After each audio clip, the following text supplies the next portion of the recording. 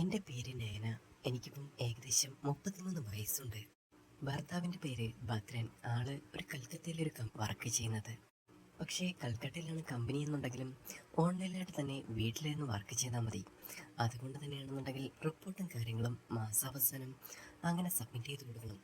പിന്നെ ചെറിയ ചെറിയ മീറ്റിങ്ങും കാര്യങ്ങളൊക്കെ ഉണ്ട്. അതിന് വേണ്ടിയിട്ട് മാത്രമേ കൽക്കട്ടയ്ക്ക് പോകേണ്ടതായിട്ടുള്ളൂ. അന്ന് കൽക്കട്ടയ്ക്ക് പോകുന്നതിന് 2-3 ദിവസം മുമ്പായിരുന്നു ഭർത്താവിൻ്റെ ഒരു ബന്ധുവിൻ്റെ വീട്ടിലേക്ക് ചെറിയൊരു ആഘോഷ പരിപാടികൾ. അന്ന് ആദ്യമായിട്ടായിരുന്നു ഞാൻ അവിടേക്ക് പോകുന്നത്. അതുകൊണ്ട് തന്നെ അത്യാവശ്യം അണിഞ്ഞൊരുങ്ങിയിട്ടാണ് ഞാൻ അവിടേക്ക് പോയത്.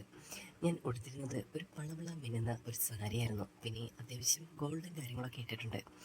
പിന്നെ കുറച്ച് ഫൗണ്ടേഷനും ക്രീംസും കാര്യങ്ങളൊക്കെ ഇട്ട് കഴിഞ്ഞപ്പോൾ തന്നെ അത്യാവശ്യം സുന്ദരിയായിട്ടൊരു പെൺകുട്ടി എന്ന് മാത്രമേ എനിക്ക് തോന്നിയിട്ടുള്ളൂ. പക്ഷേ ഞാൻ അവിടെ ചെന്ന് സ്റ്റെപ്പ് അങ്ങോട്ട് കയറിയ സമയത്ത് തന്നെ ഭർത്താവിൻ്റെ ഒരു ബന്ധുവിൻ്റെ കുട്ടി പെട്ടെന്ന് തന്നെ വിളിച്ചിട്ട് പറഞ്ഞു, അമ്മേ, കുഞ്ഞാമ്മി നല്ല സുന്ദരിയാണല്ലോ. പെട്ടെന്ന് ഞാൻ അവിടേക്ക് ശ്രദ്ധിക്കുന്ന സമയത്ത് ആ ഒരു സ്ത്രീ ആ ഒരു കൊച്ചിനെ ചെറിയൊരു പിച്ച് കൊടുത്ത് അങ്ങോട്ട് മാറ്റി നിർത്തി മിണ്ടാതിരിക്കണ എന്നൊക്കെ പറയുന്നുണ്ടായിരുന്നു. ആ സമയത്ത് ആ ഒരു സ്ത്രീയെ നോക്കി ഒന്ന് ചിരിച്ചിട്ട് ഞാൻ അകത്തേക്ക് കയറുന്ന സമയത്ത് അവിടെയുണ്ട പുരുഷന്മാരുടെ സങ്കേതങ്ങളെല്ലാം എന്നെ തുറച്ചിങ്ങനെ നോക്കുന്നുണ്ടായിരുന്നു. ആഘോഷങ്ങൾ എല്ലാം ഉള്ളത് കൊണ്ട് തന്നെ ആണുങ്ങളുടെ ചില ചെറിയ കലാപരിപാടികളും കാര്യങ്ങളൊക്കെ ഉണ്ടായിരുന്നു. അപ്പോൾ തന്നെ ഭദ്രേട്ടൻ എൻ്റെ അടുത്ത് പറഞ്ഞു, ഞാനും ഒന്ന് കൂടിയിട്ട് വരാം, അവരെല്ലാവരും കൂടെ ഒത്തുകൂടിയല്ലേ, തിരിച്ചു പോകുമ്പം നീ വണ്ടി ഓടിക്കുമല്ലോ എന്ന് എൻ്റെ അടുത്ത് ചോദിച്ചു. ഞാൻ പറഞ്ഞു, എന്നാൽ പിന്നെ നിങ്ങൾ രണ്ടെണ്ണം കഴിച്ചിട്ടൊക്കെ വാ, കുഴപ്പമില്ല, ഞാനവിടെ വെയിറ്റ് ചെയ്തോളാം. എന്നെ എല്ലാവരും നന്നായിട്ട് തുറച്ചു നോക്കുന്നുണ്ട്. പെണ്ണുങ്ങളാവട്ടെ പിന്നെ പുരുഷന്മാരാവട്ടെ എല്ലാവരുടെ ഇടയിലും ഞാൻ തന്നെയായിരുന്നു സുന്ദരിയായിട്ടൊരാൾ. എനിക്ക് ഏകദേശം ഒരു 170 സെൻറ്റിമീറ്റർ നീളമുണ്ട്. പിന്നെ അതിനൊത്ത ശരീരവും. അതുകൊണ്ട് തന്നെ ആ ഒരു കൂട്ടത്തിൽ നിന്ന് കഴിഞ്ഞാൽ എടുത്ത് അറിയുന്ന ഒരാളായിട്ടാണ് എന്നെ കാണുന്നത്. കാരണം അത്രയും വലിയൊരു ആളുടെ നല്ല നീളവും വണ്ണമുള്ള ഒരാൾ, അതുകൊണ്ട് തന്നെയാണ് പെട്ടെന്ന് എടുത്തറിയുന്നത്. പിന്നെ കുറച്ച് മേക്കപ്പും പിന്നെ കുറേ നല്ല ഒരു അണിഞ്ഞൊരുങ്ങിയൊക്കെ ഇറങ്ങിക്കഴിഞ്ഞാൽ തന്നെ അത്യാവശ്യം അടിപൊളി തന്നെയാണെന്ന് എനിക്ക് തോന്നിയിട്ടുണ്ട്. കോളേജിലും സ്കൂളിലും ഒക്കെ പഠിക്കുന്ന സമയത്ത് എനിക്ക് എത്ര പ്രേമങ്ങളുണ്ടായിരുന്നെന്നറിയോ. ഭദ്രേട്ടന് അതിനെക്കുറിച്ച് ഞാനൊന്നും പറഞ്ഞിട്ടില്ല. ആളുടെ അടുത്ത് ഇങ്ങനൊരു കാര്യങ്ങളൊക്കെ പറഞ്ഞു കഴിഞ്ഞാൽ പെട്ടെന്ന് ദഹിക്കത്തില്ലെന്ന് എനിക്ക് തന്നെ അറിയാമായിരുന്നു. ആൾക്ക് അത്യാവശ്യം നല്ല പൈസയുണ്ട്, പിന്നെ നല്ലൊരു ജോലിയും. അതുകൊണ്ട് തന്നെയാണ് വീട്ടുകാരും കാര്യങ്ങളൊക്കെ അങ്ങോട്ട് കെട്ടിച്ചു വിട്ടത്. അല്ലെന്നുണ്ടെങ്കിൽ ഞാൻ ഒരിക്കലും അദ്ദേഹത്തെ കെട്ടില്ലായിരുന്നു.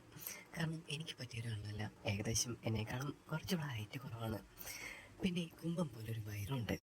ഒന്ന് ജിമ്മിൽ എന്നൊക്കെ പറഞ്ഞു കഴിഞ്ഞാൽ ആൾക്ക് നല്ല മടിയും കാര്യങ്ങളൊക്കെ ഉള്ള കൂട്ടത്തിലാണ്. അതൊന്നും എനിക്കിഷ്ടമുള്ള കാര്യമല്ല. അങ്ങനെ ആ ഒരു ദിവസത്തെ കലാപരിപാടിയും കാര്യങ്ങളൊക്കെ ഇറങ്ങുമ്പോൾ സമയത്ത് എല്ലാവരും എൻ്റെ അടുത്ത് വന്ന് സംസാരിക്കുന്നുണ്ടായിരുന്നു. ആണുങ്ങളാവട്ടെ പെണ്ണുങ്ങളാവട്ടെ. പെട്ടെന്ന് തന്നെ ഒരു ചെറുക്കൻ എൻ്റെ അടുത്ത് വന്നിട്ട് പറഞ്ഞു, ചേച്ചി നന്ന സുന്ദരിയായിട്ടുണ്ട് കേട്ടോ, ആളുടെ ഭാര്യയാണെന്ന് കണ്ടിട്ട് ഞങ്ങൾക്ക് മനസ്സിലായില്ലായിരുന്നു കേട്ടോ എന്നൊക്കെ പറയുന്നുണ്ടായിരുന്നു. ഞാനൊരു പുഞ്ചിരിയോടെ എല്ലാവരോടും യാത്ര പറഞ്ഞ് വണ്ടിയെടുത്ത് തിരിച്ചു. ഭർത്താവ് ഭദ്രേട്ടനാണെങ്കിൽ നല്ല പോസായിരുന്നു. എങ്കിലും ആ ഒരു സമയത്താണെന്നുണ്ടെങ്കിൽ ആളെൻ്റെ അടുത്ത് ഒരു കാര്യം പറഞ്ഞു, എടി എൻ്റെ ഫ്രണ്ടില്ലേ അംബുജൻ, അവൻ്റെ മോനാണെന്നുണ്ടെങ്കിൽ ഇവിടെ ടൗണിലാണ് പഠിക്കുന്നത്. അപ്പോൾ അവനാണെന്നുണ്ടെങ്കിൽ അവിടെ ഹോസ്റ്റലിൽ പൈസയും പിന്നെ ഫുഡും ഒന്നും ശരിയാവുന്നില്ല. ഞാൻ ഏതായാലും മറ്റന്നാൾ കലക്കത്തേക്ക് പോകുമല്ലേ, അപ്പം നീ മാത്രം ഇവിടെ ഒറ്റയ്ക്ക് മാത്രമല്ലേ ഉള്ളൂ, അപ്പം അവനെയും കൂടെ ഇവിടെ പിടിച്ച് നിർത്തട്ടെ, അതാകുമ്പം ഒരു കൂട്ടിൻ്റെ ഒരാളാവുമല്ലോ. പെട്ടെന്ന് തന്നെ ഞാൻ ഭദ്രേട്ടൻ്റെ അടുത്ത് പറഞ്ഞു, അതെങ്ങനെ ഭദ്രേട്ടാ ശരിയാവാ, നിങ്ങളോ വിടില്ല, പിന്നെ മറ്റൊരാളെ പിടിച്ച് നിർത്തിക്കഴിഞ്ഞാൽ ഒരു അവസ്ഥയും കാര്യങ്ങളും ശരിയാവത്തില്ല, എങ്ങനെയുള്ള ആൾക്കാരാണെന്ന് നമുക്കറിയില്ലല്ലോ. ഏതായാലും നമ്മുടെ മുകളിലത്തെ മുറി ഫ്രീ ആണല്ലോ, അവിടെ ഏതായാലും വാടകക്കാരെയൊന്നും ഉടനെ കിട്ടുമെന്ന് തോന്നുന്നില്ല. പിന്നെ എനിക്കാണെന്നുണ്ടെങ്കിൽ ഇപ്പം ആദ്യമായിട്ടായതുകൊണ്ട് നിന്നെ ഇവിടെ ഒറ്റയ്ക്കാക്കിയിട്ട് പോകാൻ കുറച്ച് പേടിയും കാര്യങ്ങളൊക്കെ. അപ്പം അവനാണെന്നുണ്ടെങ്കിൽ കുഴപ്പമില്ല, എനിക്കറിയാവുന്ന പയ്യനാണ്. അമ്പുച്ചിൻ്റെ മോനാണെന്നുണ്ടെങ്കിൽ എൻ്റെ മോനെ പോലെ തന്നെയാണ്. ഏതായാലും അവൻ്റെ അടുത്ത് ഇങ്ങോട്ട് വരാൻ പറയാം, അതല്ലേ നല്ലത് എന്ന് ഹസ്ബൻഡ് ചോദിക്കുന്ന സമയത്താണെന്നുണ്ടെങ്കിൽ ഞാൻ ഒന്ന് മൂളി. നിങ്ങൾ എന്താണെന്ന് വെച്ചാൽ നല്ലൊരു അഭിപ്രായം പോലെ നോക്കി കണ്ടുപിടിക്കുക, എനിക്കങ്ങനെ വേറെ പ്രശ്നങ്ങളോ കാര്യങ്ങളൊന്നുമില്ല.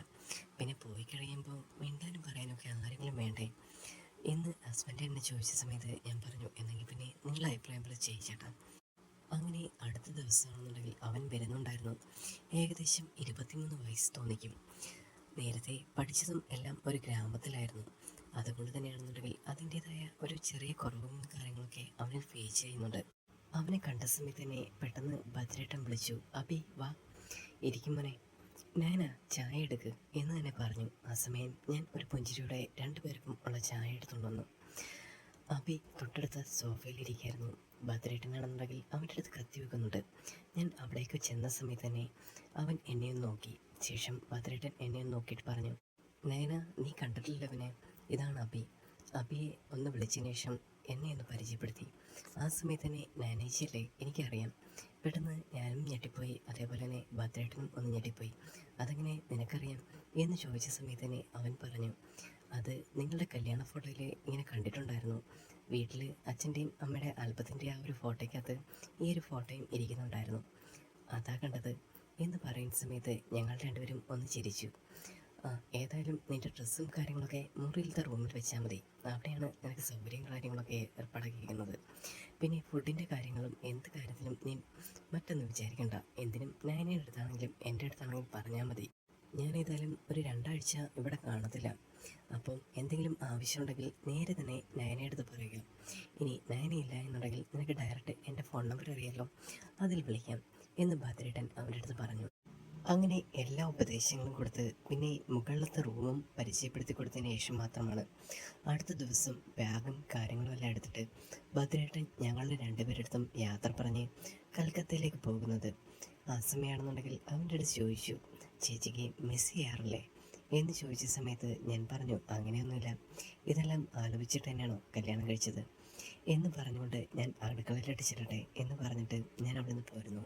കുറച്ച് സമയം കഴിഞ്ഞ് ഹോളിൽ ഇരിക്കുന്ന അവൻ്റെ അടുത്ത് ഞാൻ ചോദിച്ചു, "നിനക്ക് രാത്രിയിലത്തേക്ക് എന്താ ഫുഡും കാര്യങ്ങളും വേണ്ടേ? ഞാൻ അതിനനുസരിച്ച് പ്രിപ്പയർ ചെയ്യാനാണ്" എന്ന് പറഞ്ഞ സമയത്ത് തന്നെ അവൻ തിരിച്ച് മറുപടി പറഞ്ഞു, "അത് അങ്ങനെ കുഴപ്പമൊന്നുമില്ല ചേച്ചി. ചേച്ചിക്കാണെന്നുണ്ടെങ്കിൽ എന്താണോ രാത്രി കഴിക്കുന്നത് അത് തന്നെ എനിക്കും ആക്കിയാൽ മതി."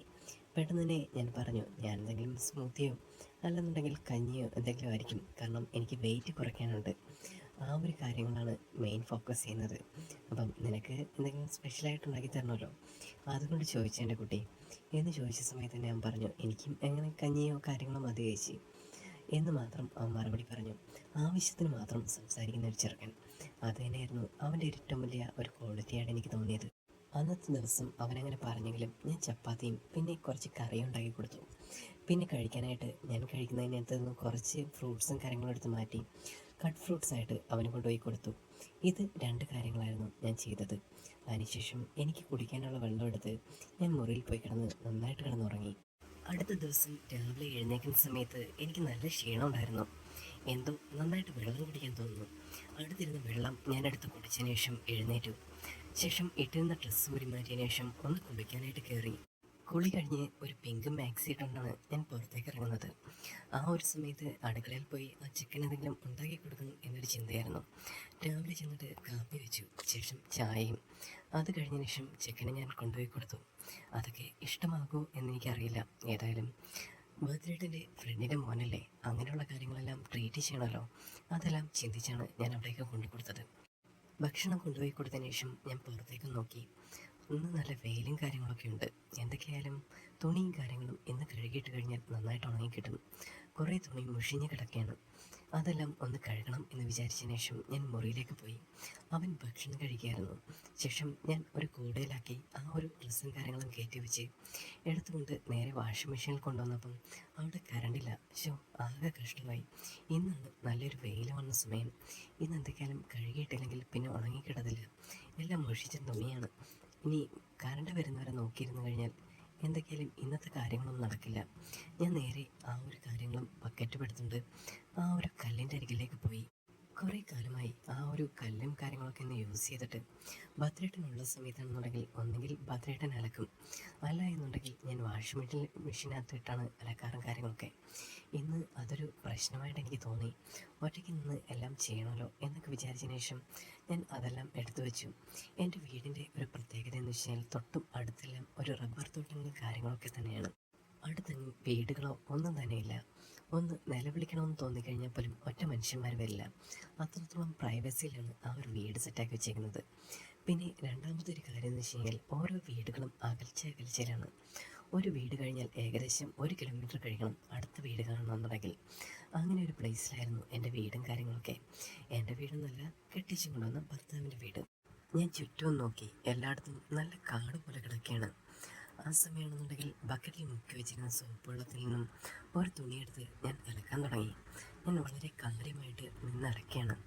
ആ സമയമാണെന്നുണ്ടെങ്കിൽ എൻ്റെ വസ്ത്രധാരണം പോലും ഞാനത് ശ്രദ്ധിച്ചത് പോലുമില്ല. മൊത്തത്തിൽ ആകെ കുളമായി കിടക്കുകയാണ്. ഞാൻ ഇങ്ങനെ നിന്ന് തുണി അലക്കിക്കൊണ്ടിരിക്കുന്ന സമയത്തും ആ ബക്കറ്റിൽ നിന്ന് എടുക്കുന്ന സമയത്തും എന്തോ ഒരു നിഴൽ പോലെ എനിക്ക് ഫീൽ ചെയ്തു. ആരും അടുത്തോട്ട് വരുന്ന കണക്ക്. പെട്ടെന്ന് ഞാനൊന്ന് ഞെട്ടിപ്പോയി. ആദ്യം മറ്റൊന്നും ആയിരുന്നില്ല, അവിടെയെങ്ങും ഒറ്റ മനുഷ്യന്മാർ പോലും അങ്ങനെ നിൽക്കുന്നതല്ല. പെട്ടെന്ന് ആ നിഴൽ കണ്ട സമയത്ത് ആരാണെന്നുള്ള രീതിയിൽ പെട്ടെന്ന് ഷോക്ക് പോലെ ഞാനിങ്ങനെ നോക്കി. അത് മറ്റൊന്നും ആയിരുന്നില്ല, അബിയായിരുന്നു വന്നു നിന്നത്.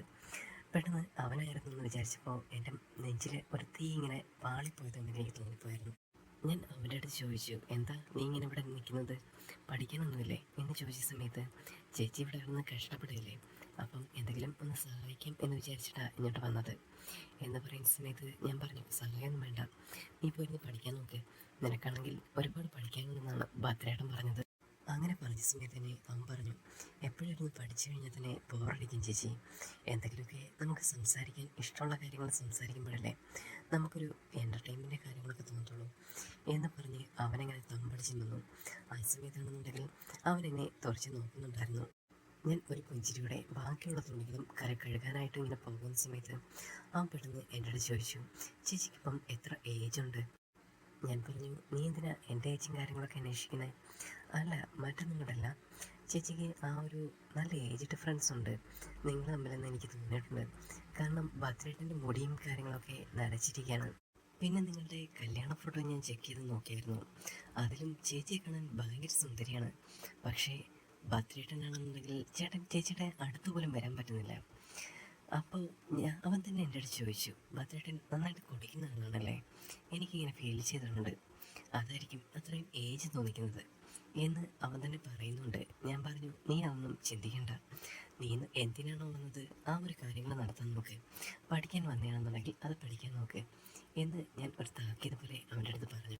അങ്ങനെ കുറച്ച് സമയം അവനിങ്ങനെ തെങ്ങിലും ചായയിലും എന്തെങ്കിലും സ്റ്റാറടിച്ചതിന് ശേഷം എൻ്റെ അടുത്ത് തന്നെ ചോദിച്ചു, ചേച്ചി ഞാൻ ചേച്ചിക്ക് എന്തെങ്കിലും ഹെൽപ്പായിട്ട് ചെയ്തു തന്നോട്ടെ, ഇനി ബാക്കിയുള്ള തുണികളൊക്കെ ആണെന്നുണ്ടെങ്കിൽ അത് ഞാൻ കഴിക്കട്ടെ എന്ന് പറയുന്ന സമയത്താണെന്നുണ്ടെങ്കിൽ ഞാൻ പറഞ്ഞു, അതൊന്നും വേണ്ട, ഇനി ബാക്കിയുള്ളതെന്ന് വെച്ചാൽ എൻ്റെ കുറച്ച് പേഴ്സണലായിട്ട് തുണികളും കാര്യങ്ങളൊക്കെ ഉള്ളൂ, അത് ഞാൻ തന്നെ ചെയ്തോളാം, അതാണ് എനിക്കിഷ്ടം എന്ന് ഞാൻ അവനോട് പറയുന്ന സമയത്ത്, ചേച്ചി അങ്ങോട്ട് മാറിയെന്നേ, ഞാൻ ചെയ്യാം എന്ന് പറഞ്ഞിട്ട് അവൻ നിർബന്ധിച്ചുകൊണ്ട് ആ ഒരു തുണിയും കാര്യങ്ങളൊക്കെ എടുത്ത് അങ്ങനെ വാഷ് ചെയ്യാനായിട്ട് ആരംഭിച്ചു. ആ സമയം ഞാനെല്ലാം കേട്ടും കണ്ടും ഇങ്ങനെ നിന്നു. അവനെല്ലാം തന്നെ നല്ല വൃത്തിയായിട്ട് ചെയ്തു തന്നു. ഭദ്രേട്ടൻ പോലും ഇത്രയും നന്നായിട്ട് ചെയ്തില്ല എന്ന് ആ ഒരു കാര്യങ്ങൾ എനിക്ക് തോന്നി. എല്ലാ കാര്യങ്ങൾക്കും നല്ല പെർഫെക്ഷൻ ഉള്ളൊരു ബോയ്, അതായിരുന്നു അവൻ്റെ ഏറ്റവും വലിയ ക്വാളിറ്റി. അതിനുശേഷം ഒരു മടിയും കൂടാതെ ഒരു അർപ്പും കൂടാതെ അവൻ എല്ലാ തുണികളും കഴുകി മുറുക്കി ആ ഒരു അശയിലേക്ക് വാരിയിടുന്ന സമയത്താണെന്നുണ്ടെങ്കിൽ ഞാനിവിടെ ചെല്ലുന്ന സമയത്ത് അവൻ സഹായിക്കാൻ നിൽക്കേണ്ടെന്ന് പറഞ്ഞു. അവൻ തന്നെ എല്ലാം ചെയ്യാമെന്ന് പറഞ്ഞിട്ട് അവൻ വീണ്ടും വീണ്ടും ചെയ്തുകൊണ്ടേയിരുന്നു. എടാ ഞാൻ ചെയ്യാം, നീ തുണിയും കാര്യങ്ങളൊക്കെ കഴുകിക്കഴിഞ്ഞാൽ എങ്ങനെയാണ് ശരിയാവുക, നിനക്ക് പഠിക്കൊന്നും വേണ്ടേ എന്നൊക്കെ ചോദിക്കുന്ന സമയത്ത് അവൻ തന്നെ പറഞ്ഞു, ഇതൊക്കെ എൻ്റെ കൂടെ കടമയല്ലേ, ഞാൻ ചെയ്തോളാം, എനിക്കിപ്പം സുഖമില്ലാതൊക്കെ വന്നു കഴിഞ്ഞാൽ ചേച്ചിയല്ലേ എനിക്കിതൊക്കെ ചെയ്തിട്ടുണ്ടേ എന്ന് അവൻ പറയുന്ന സമയത്ത് ഞാനൊന്ന് ചിരിച്ചു മാറിയിരുന്നു. അതിനുശേഷം ലഞ്ച് ടൈമായി. അവനെ ആ ഒരു സമയത്ത് ഞാൻ ഉണ്ടാക്കേണ്ട കാര്യങ്ങളൊക്കെ ഞാൻ ചോദിച്ചറിഞ്ഞു. അതിനുശേഷം ലഞ്ച് ഉണ്ടാക്കാനായിട്ട് ഞാൻ പോയി. ലഞ്ചും കാര്യങ്ങളും എല്ലാം ഉണ്ടാക്കിയതിന് ശേഷം ഞാൻ എല്ലാം ടേബിളിൻ്റെ പുറത്ത് അടുക്കി വെച്ചു. ആ സമയത്താണെന്നുണ്ടെങ്കിൽ നന്നായിട്ട് മുഷിഞ്ഞിട്ടുണ്ടായിരുന്നു. തുണി അലക്കി, പിന്നെ അടുക്കളയിലെ പണികൾ കാര്യങ്ങൾ, പാത്രം കഴുകൽ, അങ്ങനെ എല്ലാം കഴിഞ്ഞിട്ട് ഒന്ന് കുളിച്ചിട്ട് വരാമെന്ന് വിചാരിച്ച് ഞാൻ നേരെ കുളിക്കാനായിട്ട് പോയി. എല്ലാ തുണികളും കാര്യങ്ങളും കഴുകിയിട്ടേക്കാണ്. ഇനിയാണെന്നുണ്ടെങ്കിൽ പുറത്തിട്ടുകൊണ്ട് പോകാനാണെന്നുണ്ടെങ്കിൽ വേറെ തുണിയൊന്നുമില്ല. കൽക്കട്ടയിൽ നിന്ന് ഭദ്രേട്ടൻ കൊടുക്കുന്ന ഒരു മോഡേൺ ആയിട്ടുള്ള ഡ്രസ്സും കാര്യങ്ങളൊക്കെ ഉണ്ടായിരുന്നു, അത് മാത്രമേ ഉള്ളൂ. ഇനി അതിട്ടുകൊണ്ട് പോകാമെന്ന് വെച്ച് കഴിഞ്ഞാൽ ആകെ നൈറ്റ് യൂസ് ചെയ്യുന്ന കാര്യങ്ങളൊക്കെയാണ്. അതൊരു നൈറ്റ് ഡ്രസ്സ് മാത്രമായിരുന്നു. അതുകൊണ്ട് പുറത്തോട്ടിറങ്ങാൻ ഭയങ്കര ചമ്പലാണ്. എന്ത് ചെയ്യണം എന്നറിയാതെ ഒന്ന് പരിഭ്രമിച്ച് നിന്ന സമയത്ത് ഞാൻ തന്നെ വിചാരിച്ചു, ഇത് തന്നെ എടുത്തുകൊണ്ട് പോകാമെന്ന്. അങ്ങനെ അലമാരയിൽ നിന്ന് അതെടുത്തിട്ടു. ശേഷം ഞാൻ ആ ഒരു പെർഫ്യൂമും കാര്യങ്ങളൊക്കെ ഒന്നെടുത്ത് അടിച്ചു. മറ്റൊന്നും കാര്യമില്ല, കുറേ നേരം ഇരുന്ന ഒരു ഡ്രസ്സാണ്. ബാത്റൂമിലുള്ള സമയത്ത് പോലും ഞാൻ അധികം ഇട്ടിട്ടില്ല. അങ്ങനെ ആ ഒരു സ്മെല്ലും കാര്യങ്ങളും വരണ്ട എന്ന് വിചാരിച്ചിട്ടാണ് ഞാനൊരു പെർഫ്യൂം എടുത്തടിച്ചത്. ശേഷം ആ ഒരു പെർഫ്യൂമും കാര്യങ്ങളൊക്കെ അടിച്ച് എൻ്റെ മുടിയും കാര്യങ്ങളൊക്കെ ഒന്ന് കെട്ടിവെച്ച് ചീകി റെഡിയാക്കിയിട്ട് ഞാൻ പുറത്തേക്ക് ഇറങ്ങി. ലഞ്ചും കാര്യങ്ങളും അവനും ഒപ്പിരുന്ന് കഴിക്കാനുള്ള കാര്യങ്ങളായിരുന്നു ഞാൻ തീരുമാനമെടുത്തുകൊണ്ട് പോയത്. ഞാൻ പടിയിറങ്ങി താഴേക്ക് ചെല്ലുന്ന സമയത്താണെന്നുണ്ടെങ്കിൽ അവൻ എന്നെ ഇങ്ങനെ നോക്കുന്നുണ്ടായിരുന്നു. ആ സമയത്താണെന്നുണ്ടെങ്കിൽ അവനിങ്ങനെ തുറച്ച് നോക്കിക്കൊണ്ട് ഒരു താടിക്ക് കൈ പിടിച്ച് ഇങ്ങനെ ഇരിക്കുകയാണ്. ആ സമയം തന്നെ ഞാൻ ചോദിച്ചു, എന്ത് പറ്റി നീ ഇങ്ങനെ താടിക്ക് കൈ കൊടുത്തിരിക്കുന്നു? അല്ല, ചേച്ചിയെ കാണാൻ ഭയങ്കര ലുക്കായിട്ടുണ്ടല്ലോ, നേരത്തെ കാണുന്ന പോലെ ഒന്നും അല്ലായിരുന്നു. ഈ ഒരു ഡ്രസ്സിലാണെന്നുണ്ടെങ്കിൽ ഇങ്ങനെയുള്ള ഡ്രസ്സൊന്നും ചേച്ചി ഇതുവരെയും ഇട്ട് കണ്ടിട്ടില്ലായിരുന്നു, ഇപ്പോഴാണ് കണ്ടത്, ഇപ്പം നല്ല അടിപൊളിയായിട്ടുണ്ട് എന്നൊക്കെ അവൻ പുകഴ്ത്തി പറയുന്ന സമയത്താണെന്നുണ്ടെങ്കിൽ ഞാൻ ചിരിയോടെ അവിടേക്ക് ചെന്നിട്ട് ആ ഒരു ചോറും കറിയും കാര്യങ്ങളൊക്കെ ഒന്ന് വിളമ്പി. ചേച്ചി സോപ്പ് ഏതാ യൂസ് ചെയ്യുന്നത്? നല്ല സ്മെല്ലും കാര്യങ്ങളും വരുന്നുണ്ടല്ലോ എന്ന് പറഞ്ഞു. ഞാൻ പറഞ്ഞു, പിയേഴ്സിൻ്റെ സോപ്പാണ് യൂസ് ചെയ്യുന്നത്, പക്ഷേ അതിൻ്റെ അല്ല സ്മെല്ല്. ഞാനൊരു പെർഫ്യൂം എടുത്തടിച്ചായിരുന്നു, മറ്റൊന്നുമില്ലായിരുന്നു. കുറേ നാളായിട്ട് അലമാരയിൽ നിന്ന് തുണിയല്ലേ, അതുകൊണ്ടാണ് ഒരു പെർഫ്യൂം എടുത്തടിച്ചത്. അതിൻ്റെ സ്മെല്ലും കാര്യങ്ങളും അറിയാനുണ്ട് ചേച്ചി എന്ന് അവൻ പറയുകയുണ്ടായി. ആ സമയത്ത് തന്നെ ഞാൻ ചോറും മീൻകറിയും മോര് കാച്ചിയതും എല്ലാം ഒഴിച്ചു കൊടുത്തു. വാ ഇരുന്ന് കഴിക്കുന്നേ എന്ന് പറഞ്ഞുകൊണ്ട് അവനെയും പിടിച്ചിരുത്തി. ശേഷം അവൻ എൻ്റെ അടുത്ത് ചോദിച്ചു, ചേച്ചി ഞാൻ പഠിച്ച സബ്ജക്റ്റും കാര്യങ്ങളൊക്കെ തന്നെയല്ലേ പഠിച്ചത്, അപ്പം ചേച്ചിക്ക് എന്നെ ഒന്ന് ഹെൽപ്പ് ചെയ്ത് തന്നൂടെ എന്ന് ചോദിക്കുന്ന സമയത്ത് ഞാൻ ആ ടച്ചും കാര്യങ്ങളൊക്കെ പോകണം, പിന്നെ അഡ്ജസ്റ്റ് ചെയ്ത് ഇങ്ങനെ നിൽക്കുന്നതെന്ന് മാത്രമേ ഉള്ളൂ എന്ന് ഞാൻ അവൻ്റെ അടുത്ത് പറയുന്ന സമയത്ത് അവനിങ്ങനെ നിരാശപ്പെട്ടാണെങ്കിൽ ഇരിക്കുന്നുണ്ടായിരുന്നു. അപ്പോൾ തന്നെ ഞാൻ പറഞ്ഞു, എനിക്കറിയാവുന്ന കാര്യങ്ങളാണെങ്കിൽ ഞാൻ പറഞ്ഞു തരാം. അപ്പോൾ അവൻ എൻ്റെ അടുത്ത് ചോദിച്ചു, എന്നെങ്കിൽ പിന്നെ ഞാൻ എല്ലാം ഒന്ന് നോക്കിയതിന് ശേഷം നൈറ്റ് ഞാൻ ചേച്ചിയുടെ റൂമിലേക്ക് വരട്ടെ, അവിടെ ഇരുന്നതിന് ശേഷം നമുക്ക് ആ ഒരു ക്ലാസ്സും കാര്യങ്ങളൊക്കെ ഒന്ന് കണ്ടിന്യൂ ചെയ്യാം, എന്തൊക്കെയാണ് ഡൗട്ട്സും കാര്യങ്ങളൊക്കെ ഉള്ളതെന്ന് ഞാൻ എഴുതി വെക്കാം എന്ന് അവൻ പറഞ്ഞു. ഞാൻ ആ സമയത്താണെന്നുണ്ടെങ്കിൽ ഒന്നും മിണ്ടിയില്ലെങ്കിലും അവൻ്റെ അടുത്ത് പറഞ്ഞു, എന്നാൽ പിന്നെ അങ്ങനെ നോക്കണം, നീ ഉള്ളതെല്ലാം നോക്കിയതിന് ശേഷം എൻ്റെ അടുത്തോട്ട് വന്നാൽ മതി എന്ന് പറഞ്ഞുകൊണ്ട് ഞാൻ ഭക്ഷണം കഴിച്ചതിന് ശേഷം അവിടെ നിന്ന് എഴുന്നേറ്റു. നൈറ്റ് എല്ലാം കഴിഞ്ഞതിന് ശേഷം ഒരു 9:30 മണിയായ സമയത്ത് ഞാൻ കിടക്കാനായി പോയി. ആ സമയത്ത് വെള്ളം എടുത്തിട്ടില്ലായിരുന്നു. ഞാൻ വെള്ളം എടുക്കാനായിട്ട് താഴേക്ക് വരുന്ന സമയത്ത് അവൻ പറഞ്ഞു, ചേച്ചി മുറി അടയ്ക്കണ്ട കേട്ടോ, ഞാൻ അവിടേക്ക് വരുന്നുണ്ട്, എല്ലാം ഒന്ന് നോക്കി വെച്ചിട്ടുണ്ട് ചോദിക്കാനായിട്ടാണ്. എനിക്കാണെങ്കിൽ ചെറിയ ക്ഷീണവും കാര്യങ്ങളൊക്കെ ഉണ്ടായിരുന്നു. ഉറക്കം വരുന്ന പോലെ എനിക്ക് ഫീൽ ചെയ്തു. എങ്കിലും കുഴപ്പമില്ല, അവനെന്തെങ്കിലും പറഞ്ഞില്ലേ, എന്തെങ്കിലും ചെയ്തു കൊടുത്തില്ലെങ്കിൽ പത്രിയേട്ടൻ നീ എന്തെങ്കിലും പറഞ്ഞാലോ എന്നൊക്കെ വിചാരിച്ചതിന് ശേഷം ഞാൻ അവൻ്റെ അടുത്ത് ഓക്കെ എന്ന് പറഞ്ഞായിരുന്നു. അങ്ങനെ താഴെ നിന്ന് വെള്ളവും കാര്യങ്ങളൊക്കെ എടുക്കുന്ന സമയത്ത് ഞാൻ അവനെൻ്റെ അടുത്ത് നിന്ന് പറഞ്ഞു, അതെ ചേച്ചി വെള്ളവും കാര്യങ്ങളും വേണമെങ്കിൽ ഞാൻ അങ്ങോട്ട് കൊണ്ടുവരാം, എനിക്കെടുക്കുന്ന സമയത്ത് ചേച്ചി ഇങ്ങോട്ട് എടുക്കാൻ വേറെ പ്രശ്നമൊന്നുമില്ലല്ലോ, ഞാൻ കൊണ്ടുതരാം എന്ന് പറഞ്ഞു. അത് കുഴപ്പമില്ല, വെള്ളം ഞാൻ എടുത്തോളാം എന്ന് പറഞ്ഞിട്ട് എൻ്റെ ഫ്ലാസ്കിൽ ഞാൻ ചൂടുവെള്ളം എടുത്ത് നേരെ മേളിലോട്ട് പോയി. അങ്ങനെ കിടക്കാനായിട്ട് ഒന്ന് റെഡിയായി വരുന്ന സമയത്തായിരുന്നു പെട്ടെന്ന് അവൻ വന്ന് വാതിൽ മുട്ടിയത്. ചേച്ചി എല്ലാം ശരിയാക്കിയിട്ടുണ്ട്, ഞാൻ അങ്ങോട്ട് വന്നോട്ടെ എന്ന് ചോദിച്ചു. പെട്ടെന്ന് അവൻ്റെ അടുത്ത് ഞാൻ പറഞ്ഞു, എടാ ഈ ഫോർമാലിറ്റീസും കാര്യങ്ങളൊന്നും വേണ്ട, നിനക്കെപ്പോഴാണെങ്കിലും റൂമിലോട്ട് കയറി വരാം എന്ന് പറഞ്ഞു. ആ സമയത്താണെന്നുണ്ടെങ്കിൽ അവനൊരു പുഞ്ചിരിയോടെ അകത്തേക്ക് കയറി വന്നു. ശേഷം എൻ്റെ ആ ഒരു ബെഡിലും കാര്യങ്ങളും ആദ്യം ഇരുന്നു. ചേച്ചി ഇവിടെ ചെയറും കാര്യങ്ങളൊന്നുമില്ലേ, ഇവിടെ ബെഡ് മാത്രമല്ലോ ഇരിക്കാനായിട്ട്, അത് കുഴപ്പമില്ലടാ, നീ ഈ സൈഡിലോട്ട് ഇരുന്നു എന്ന് പറഞ്ഞു. അവൻ്റെ ആ ഒരു ആദരവും പിന്നെ ആ ഒരു പെരുമാറ്റവും കാര്യങ്ങളൊക്കെ എനിക്ക് നന്നായിട്ട് ഇഷ്ടപ്പെടുന്നുണ്ടായിരുന്നു. കാരണം ഒരു ഫോർമാലിറ്റീസും കാര്യങ്ങളൊക്കെ അവൻ കാണിക്കുന്നുണ്ടെങ്കിലും നമുക്ക് പെട്ടെന്ന് ഒരു ഇമ്പ്രസ്ഡ് ആവുന്ന ഒരു ടൈപ്പായിരുന്നു അവൻ. അങ്ങനെ അവനും ഞാനും ഒരു സൈഡിലായിട്ടിരുന്ന് അവൻ്റെ അടുത്ത് കാര്യങ്ങളൊക്കെ ചോദിച്ചു ഇതെങ്ങനെയാണെന്ന്. അപ്പം എനിക്ക് പറഞ്ഞു കൊടുക്കാനുള്ള ഒരു തിടുക്കവും കാര്യങ്ങളൊക്കെ ഉണ്ടായതുകൊണ്ട് തന്നെ പിന്നെ ആ ഒരു സ്പേസും കാര്യങ്ങളും വളരെ ഡിസ്റ്റൻസ് കൂടുതലായതുകൊണ്ട് ഞാൻ പറഞ്ഞു, നീ എൻ്റെ അടുത്ത് വന്നിരുന്നു.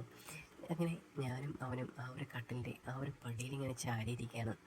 ആ സമയത്താണെന്നുണ്ടെങ്കിൽ അവൻ്റെ അടുത്ത് ഓരോ ഡൗട്ടും കാര്യങ്ങളും അവൻ്റെ ബുക്കിൽ ഇങ്ങനെ ചോദിക്കുന്നുണ്ട്. ഞാൻ ഓരോന്നും ഓരോ പെന്നിനകത്ത് എഴുതി കാണിച്ചു, ഇങ്ങനെയൊക്കെയാണ് ചെയ്യേണ്ടത്, ആ ഒരു ഇക്വേഷൻ ഇട്ട് കൊടുത്താൽ മതി എന്നൊക്കെ ഞാൻ പറഞ്ഞു കൊടുത്തു.